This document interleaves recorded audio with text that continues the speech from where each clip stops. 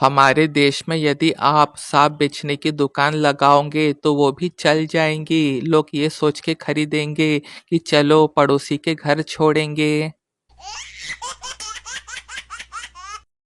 गांव के बुड्ढे भी कम ठरकी नहीं होते हैं साहब, घूंघट वाली औरतों को भी देख के बता देते हैं कि ये फलाने की बहू है।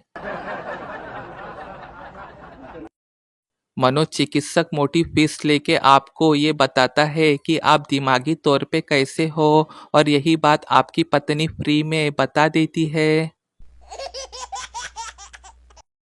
भूत का बेटा अपने पापा से बोला, हम कितने डरावने हैं। भूत बोला, बेटा ज्यादा घमंड नहीं करते, अभी तूने लड़कियों को बिना मेकअप के देखा नहीं है। जिस मम्मी पापा को मैं बचपन में सोता हुआ अच्छा लगता था, आज उन्हीं को मैं सोते हुए कुंभकर्ण लगता हूँ। लड़की लड़के से बोली, जब तुम लोग लड़की को प्रपोज करते हो तो उनके हाथ क्यों पकड़ लेते हो। लड़का बोला, बस अपनी हिफाजत के लिए कि कहीं भूतनी थप्पड़ ना मार दे। जो व्यक्ति चैन की नींद सोता है उसके पास या तो कर्ज नहीं होता या पत्नी नहीं होती। बेटा बोला, पापा आपने मम्मी में ऐसा क्या देखा जो आपने उनसे शादी कर ली। पिता बोले, तुम्हारे माँ के गाल पे एक छोटा सा तिल।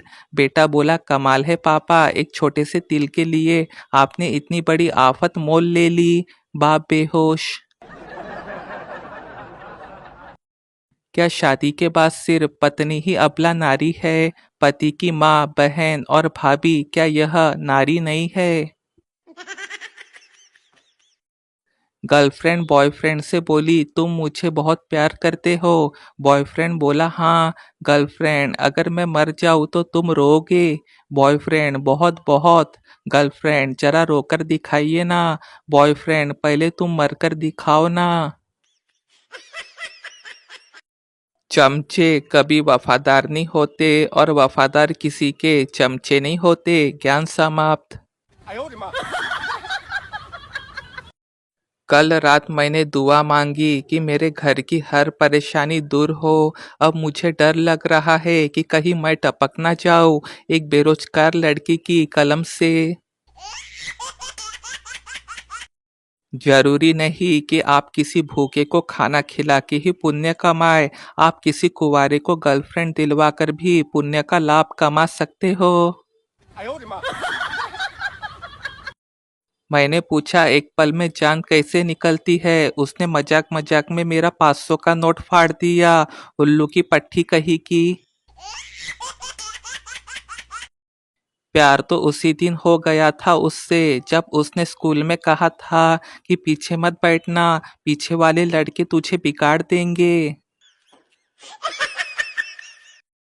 इतिहास गवाह है, आज तक सबसे ज्यादा पप्पियां ईयरफोन के माइक को ही मिली है।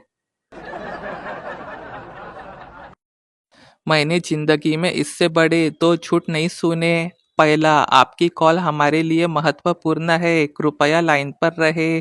दूसरा, जांच के आदेश दे दिए गए हैं, सख्त कार्रवाई होगी। शराबी पति घर आते ही पत्नी से बोला, तू मोटी ढोल। पत्नी, तू शराबी बेवड़ा। पति हंसते हुए बोला, मेरा क्या है, मैं तो सुबह ठीक हो जाऊंगा। कभी कभी तो हमारे शहर में सब्जी वाले भी इस जोश और जुनून से हुंकार लगा के सब्जी बेचते हैं, लगता है मानो अभी जेब से बंदूक निकाल के खोपड़िया में धर देंगे और कहेंगे, निकाल बे, कितना पैसा रखा है जेब में। ये हमारी संस्कृति है कि हम किसी भी चीज को लात नहीं मारते हैं, वरना फुटबॉल में आज भारत नंबर 1 पे होता। पर हम लोग टांग जरूर खींचते हैं, इसलिए कबड्डी में हम नंबर 1 है। हम इंडिया वाले। आपने ध्यान दिया होगा कि अब कोशिश करने वालों की भी हार होने लगी है। चूहा हाथी के पास गया और बोला, हाथी दादा, क्या आप मुझे अपनी लुंगी 2 दिन के लिए दोगे? हाथी बोला, तुम उसका क्या करोगे? चूहा बोला, मेरे बेटे की शादी है, टेंट लगवाना है। पत्नी, मैं काम करके थक जाती हूँ। पति, एक काम वाली बाई रख लेते हैं। पत्नी, नहीं, कोई जरूरत नहीं है। पति, क्यों? पत्नी, मैं तुम्हारी आदतों को अच्छी तरह से जानती हूँ। भूल गए, पहले मैं भी तो काम वाली बाई ही थी।